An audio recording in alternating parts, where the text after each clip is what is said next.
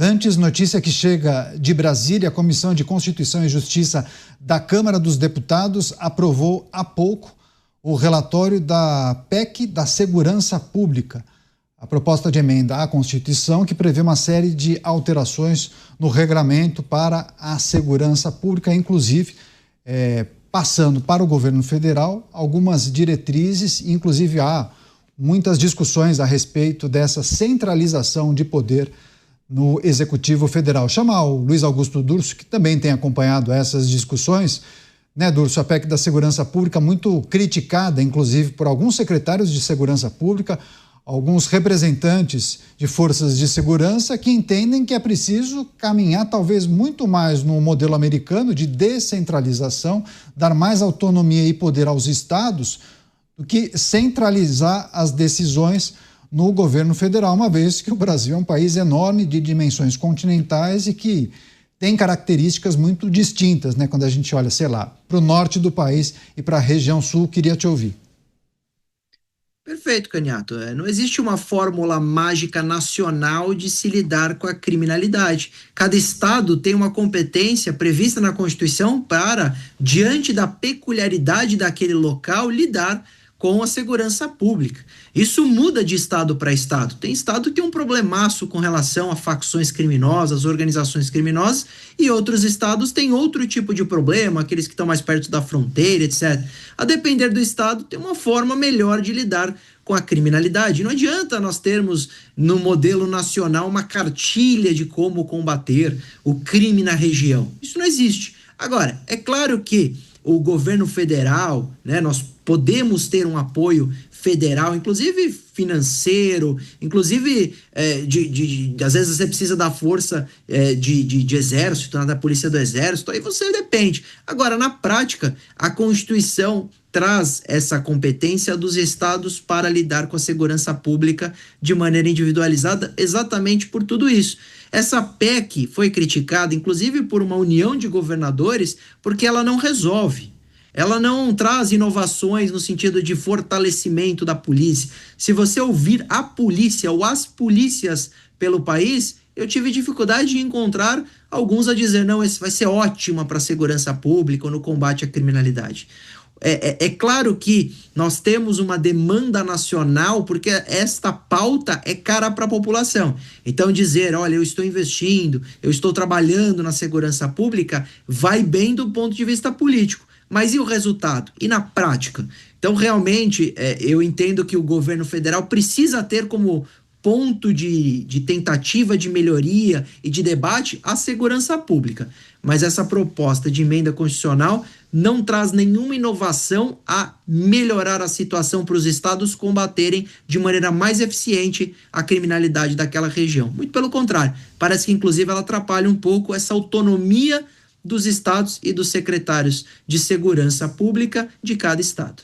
Pois é, e havia uma dúvida, né? Será que esse texto seria aprovado? Bom, mudanças foram feitas, viu? Muitas discussões no âmbito dessa Comissão de Constituição e Justiça, e aí o relator, o deputado Mendonça Filho, fez retiradas importantes. Deixa eu só receber também as pessoas que nos prestigiam pelas emissoras de rádio. Obrigado por prestigiar e por preferir a Jovem Pan, programa Os Pingos nos Is. Notícia em destaque: PEC da Segurança Pública aprovada na CCJ da Câmara. Mas calma que o rito continua. Agora passa para um debate em uma comissão especial e depois para aprovação, naturalmente, debate e votação em plenário. Dávila, lembra que lá atrás nós falávamos, bom, se colocarem em votação a PEC da Segurança Pública não vai passar? Poxa, quantas pessoas não diziam, não tem voto suficiente? Poxa, foi aprovada.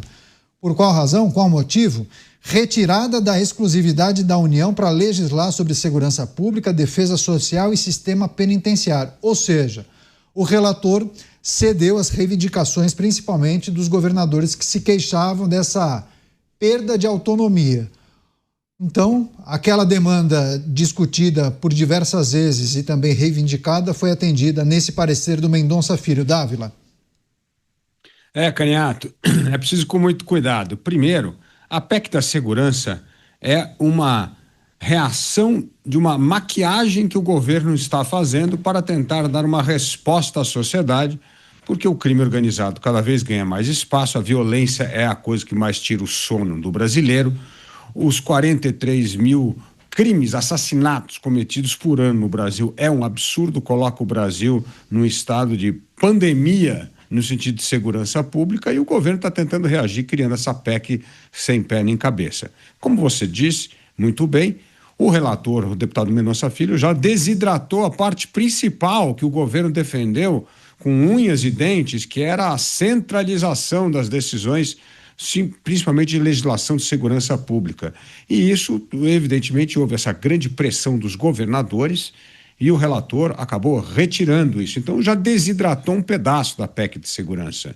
Segundo ponto importante é que a PEC foi aprovada na Comissão de Constituição e Justiça. É apenas uma primeira etapa para julgar se a matéria é constitucional ou não. Agora vai para a comissão especial, aí vai ter milhares de emendas nessa PEC e vai lá saber o que vai ser votado no plenário da PEC da segurança. Então tem um longo caminho pela frente aí a ser seguido. O fato é que não haveria inconstitucionalidade, principalmente após a mudança do relator Mendonça Filho em retirar da Constituição aquilo que seria uma centralização das medidas, como bem mencionou o Durso, que na verdade é uma violação do federalismo brasileiro. Então, quando você tira isso, não tem ali um aspecto assim fragorosamente inconstitucional. Então vai passar na Comissão de Constituição e Justiça, mas agora vai para a Comissão Especial e depois vai a plenária. Então ainda tem um longo caminho. O fato é, o Brasil precisa sim dar uma resposta ao crescimento do crime organizado, mas não é por meio dessa PEC da segurança. O Brasil precisa aprovar uma lei antimáfia dura, como na Itália, para que nós possamos ter fórum exclusivo para julgar facciosos, criminosos ligados ao crime organizado e que tem uma mentalidade máfia que é completamente diferente dos crimes corriqueiros de furto, roubo e mesmo assassinato. Então, é preciso ter uma legislação específica para combater o crime organizado, que hoje já é uma máfia. Ele já tem toda a característica de uma máfia, o PCC. Então, se nós não tivermos uma ação do Estado para combater o crime organizado, não vai ser apenas o esforço louvável de muitos governadores que vai brecar esse triste destino, que é transformar o Brasil num narco-estado. Pois é, agora, Beraldo, aquela ideia de centralização, né? Isso constava na proposta original. O relator disse que isso seria uma violação à forma federativa do Estado, né? Atentaria justamente com a regra vigente até aqui. E aí tem outras alterações muito importantes nesse texto, como, por exemplo, aquela previsão de mudança no nome da Polícia Rodoviária Federal. Também teve mudança no texto que trata das atribuições da Polícia Federal. Antes o texto falava em exclusividade para a Polícia Federal investigar determinados crimes. Pois bem, promoveram uma série de mudanças daquele texto original, que é uma das apostas do governo federal. Agora, o Dávila falou em desidratação. De fato, fizeram mudanças importantes atendendo aos anseios dos governadores. Agora, a gente não corre o risco de perder, sei lá, semanas, sessões e mais sessões, dar uma volta enorme, debates, para aprovar um negócio desse tamanhozinho. Vai ser aprovado, na verdade, um sistema interligado entre os estados, no final das contas, sei lá, é um chute. Deus te ouça, Canhato. Deus te ouça, que nem aprove, porque esse movimento que é feito pelo governo federal, buscando trazer para si uma responsabilidade que ele já demonstrou de forma inequívoca para a qual ele é incompetente, então não faz nenhum sentido nós olharmos um governo que não cumpre as suas obrigações atuais, tendo em suas mãos a gestão do Exército Brasileiro, das Forças Armadas Brasileiras, da Polícia Federal, da Polícia Rodoviária Federal, sistema de inteligência, tem tudo nas suas mãos. Mas o Brasil, olhando claramente, o Brasil sofre com essa enxurrada de drogas que cruzam as nossas fronteiras, cocaína vindo da Colômbia e da Bolívia, cruzam as nossas fronteiras, cruzam o Brasil e saem dos portos brasileiros para abastecer mercados nos Estados Unidos e na Europa. é preciso muita corrupção para que toneladas de cocaína atravessem solo brasileiro de forma impune. O governo federal não consegue conter o absurdo contrabando de cigarros, sendo que o Brasil hoje é um país onde se consome bastante mais cigarro contrabandeado do que o cigarro oficial. E o cigarro é uma fonte gigantesca de arrecadação. O governo perde 2 vezes. O que ele está fazendo para conter isso? Absolutamente nada. Quais são as ações concretas em relação ao governo do Paraguai para fechar as fábricas de cigarro piratas que acabam entrando no mercado brasileiro? Qual foi a ação do governo federal em relação aos Estados Unidos e ao Paraguai para impedir que os fuzis que os Estados Unidos vendem para o governo paraguaio acabe entrando no Brasil e caindo na mão das facções criminosas, sobretudo do Rio de Janeiro? O governo não faz o que ele tem obrigação e instrumentos para fazer, então agora ele quer vir dizer que o problema são as polícias estaduais? Isso é uma vergonha, isso é um absurdo. Não se pode apontar o dedo para as polícias estaduais que atuam sobrecarregadas porque justamente o governo federal não faz o seu trabalho.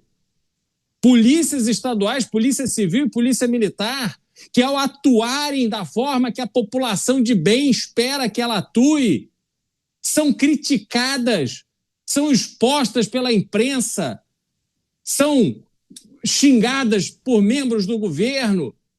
Isso é inaceitável. Então, esta PEC proposta pelo governo federal é um absurdo do começo ao fim. Ela não pode ser aprovada, porque não é razoável ampliar as obrigações do governo federal no que diz respeito ao combate ao crime. E querem simplesmente ter um discurso eleitoral e a população que se dane. Calma, a gente já está cansado de se danar. Não pode ser assim, que é um assunto tão sério a tratado. Então, Canhato, a gente vê todo este cenário em que, mesmo diante de uma situação em que morrem no Brasil mais de 40 mil pessoas por ano assassinadas, o governo nada faz e fica preocupado com o discurso político. O Brasil que eu quero é o Brasil em que morram mais bandidos do que pessoas de bem. O Brasil que eu quero é que tenha mais capacidade carcerária do que presos ali dentro. O Brasil que eu quero é um Brasil que não tem saidinha, não tem progressão de regime, não tem visita íntima e não tem auxílio para quem está encarcerado. Só assim nós vamos moralizar o combate ao crime no Brasil e fazer com que criminosos tenham medo de cometer seus crimes.